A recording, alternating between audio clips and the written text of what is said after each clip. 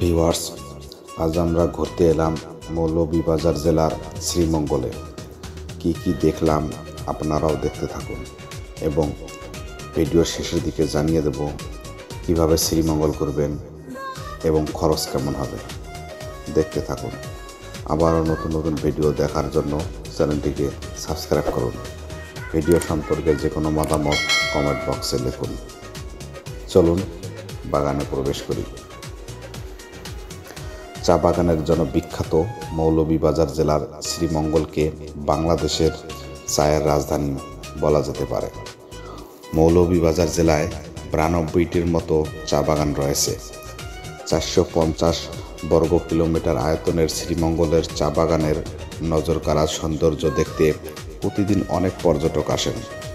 মাইলের পর মাইল পর্যন্ত চা বাগান দেখে পাহাড়ের ঢালের সবুজ গালিচা বলে মনে হয়। এখানে কখন আসবেন? সাধারণত মে মাসে চা পাতা সংগ্রহের কাজ শুরু হয়ে অক্টোবর পর্যন্ত চলে। এ সময়ে কর্মচঞ্চল চা বাগান সবুজে পরিপূর্ণ থাকে। চা শ্রমিকদের কর্মব্যস্ততা দেখতে চাইলে মে থেকে অক্টোবরে ঘুরে আসতে পারেন শ্রীমঙ্গলের বিভিন্ন চা বাগান থেকে। এছাড়া বছরের যে কোনো সময় ঘুরতে যেতে পারেন চা বাগানগুলোতে। চা বাগান ঘুরে দেখার জন্য মৌলভীবাজার জেলার যে কোনো জায়গায় ঘুরে দেখতে পারেন। তবে শ্রীমঙ্গল উপজেলার উঁচু নিচু টিলার চা বাগানগুলোর সৌন্দর্য চা পান করার মতোই আপনার মনকে সতেজ করবে। শ্রীমঙ্গলের কাছেই চা গবেষণা ইনস্টিটিউটের বিটিআরআই ভেতর দিয়ে দক্ষিণ দিকে এগিয়ে গেলে ফিনলের চা বাগান দেখতে পাবেন। এখানে বিটিআরআই এর নিজস্ব বাগান আছে। ভানুগাছ সড়ক ধরে কয়েক কিলোমিটার গেলেই দেখা মিলবে জেরিন টি এস্টেটের। এছাড়া লাউয়াছড়া কিছুটা আগেই ডান দিকের জঙ্গল ঘেরা পথ নিয়ে যাবে নূরজাহান টি এস্টেটে। এ পথে আরও চমৎকার কিছু চা বাগানের দেখা মিলবে। শ্রীমঙ্গল থেকে প্রায় 12 কিলোমিটার দূরত্বের কলমগঞ্জে যাওয়ার পথে লাউয়াছড়া জাতীয় উদ্যান দেখে যেতে পারেন। কমলগঞ্জ থেকে মাত্র 5 কিলোমিটার দূরত্বে রয়েছে পাহাড় ঘেরা চা বাগানের মধ্যে সুবিশাল মাধবপুর লেক। ভ্রমণ শেষ করে শ্রীমঙ্গল ফেরার পথে নীলকণ্ঠ কেবিনের 7 রঙা চা পান করতে পারেন। শহরের বিজিবি সদর দপ্তরের পাশে নীলকণ্ঠের একটি শাখা আছে। তাই সবসময় ভালো হয় শুধু চা বাগান ঘুরে দেখা নয়, আশেপাশের দর্শনীয় স্থান ঘুরে দেখা। তাহলেই আপনার চা বাগান দেখা হয়ে যাবে। বাগানগুলোতে ঘোরার জন্য জিপ সবচেয়ে ভালো বাহন। শ্রীমঙ্গল শহর থেকে চা বাগান সারাদিন ভ্রমণের জন্য একটি জিপ ভাড়া করতে 3000 থেকে 4500 টাকা পর্যন্ত খরচ হবে। এছাড়া সিএনজি অটোরিক্সা নিয়েও 3 থেকে 5 জন আরামে সব কিছু ঘুরে দেখতে পারেন।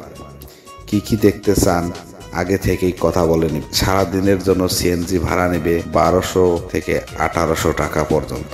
আপনারা যেভাবে শ্রীমঙ্গলে ঢাকা থেকে ট্রেন কিংবা বাসে করে সহজেই শ্রীমঙ্গলে যাওয়া যায়। সময় লাগবে 3 থেকে 4 ঘন্টা। আন্তনগর ট্রেন পারাবত এক্সপ্রেস মঙ্গলবার ছাড়া সপ্তাহে 6 দিন সকাল 6টা 30 মিনিটে ঢাকা কমলাপুর থেকে ছেড়ে যায়।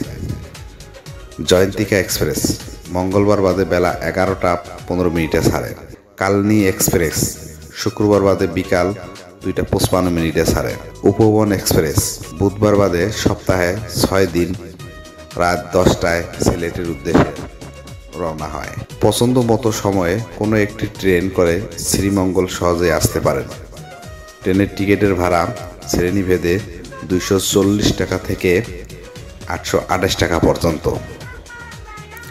এছাড়াও ঢাকার ফকিরাপুল, সায়দাবাদ ও মহাখালী থেকে হানিফ, শ্যামলী, বিআরটিসি, এনা ইত্যাদি পরিবহনের নন এসি ও এসি বাস প্রতিদিনই শ্রীমঙ্গলের উদ্দেশ্যে ছেড়ে যায়।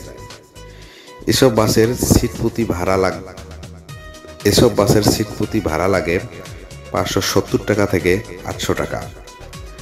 ঢাকা থেকে নিজের ব্যক্তিগত গাড়ি নিয়েও ঘুরে আসা যাবে শ্রীমঙ্গল থেকে। আপনারা কোথায় থাকবেন? শ্রীমঙ্গলে থাকার জন্য রয়েছে বেশ কিছু সুন্দর মনোরম রিসোর্ট, আছে চা বাগান ঘেঁষা অনেক কটেজ ও সরকারি বেসরকারি গেস্ট হাউস। শ্রীমঙ্গল শহরেও রয়েছে বিভিন্ন মানের হোটেল। আপনার চাহিদা মতো যে কোনো জায়গায় থাকতে পারবেন।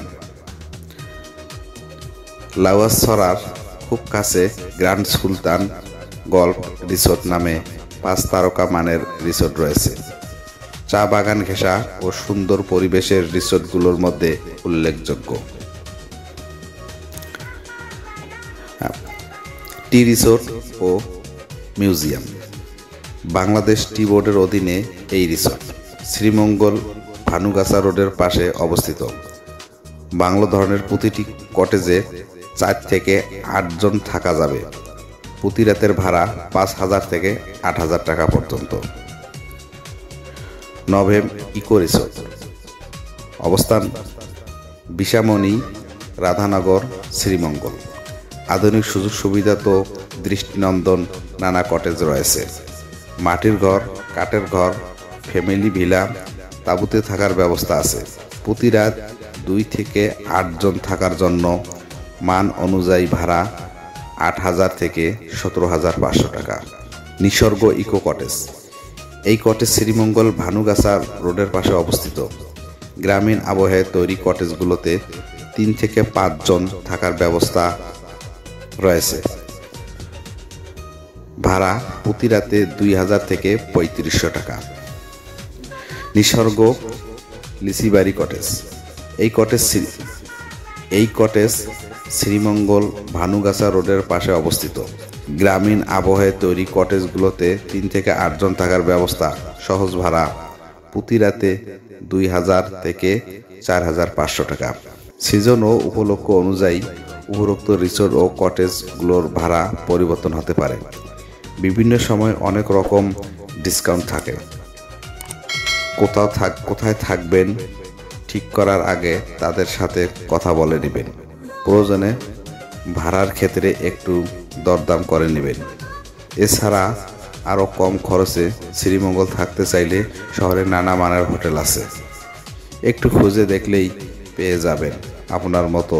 ভিউয়ার্স, আজ আমরা এই পর্যন্তই রাখলাম। আগামীতে আবারও দেখা হবে ইনশাআল্লাহ।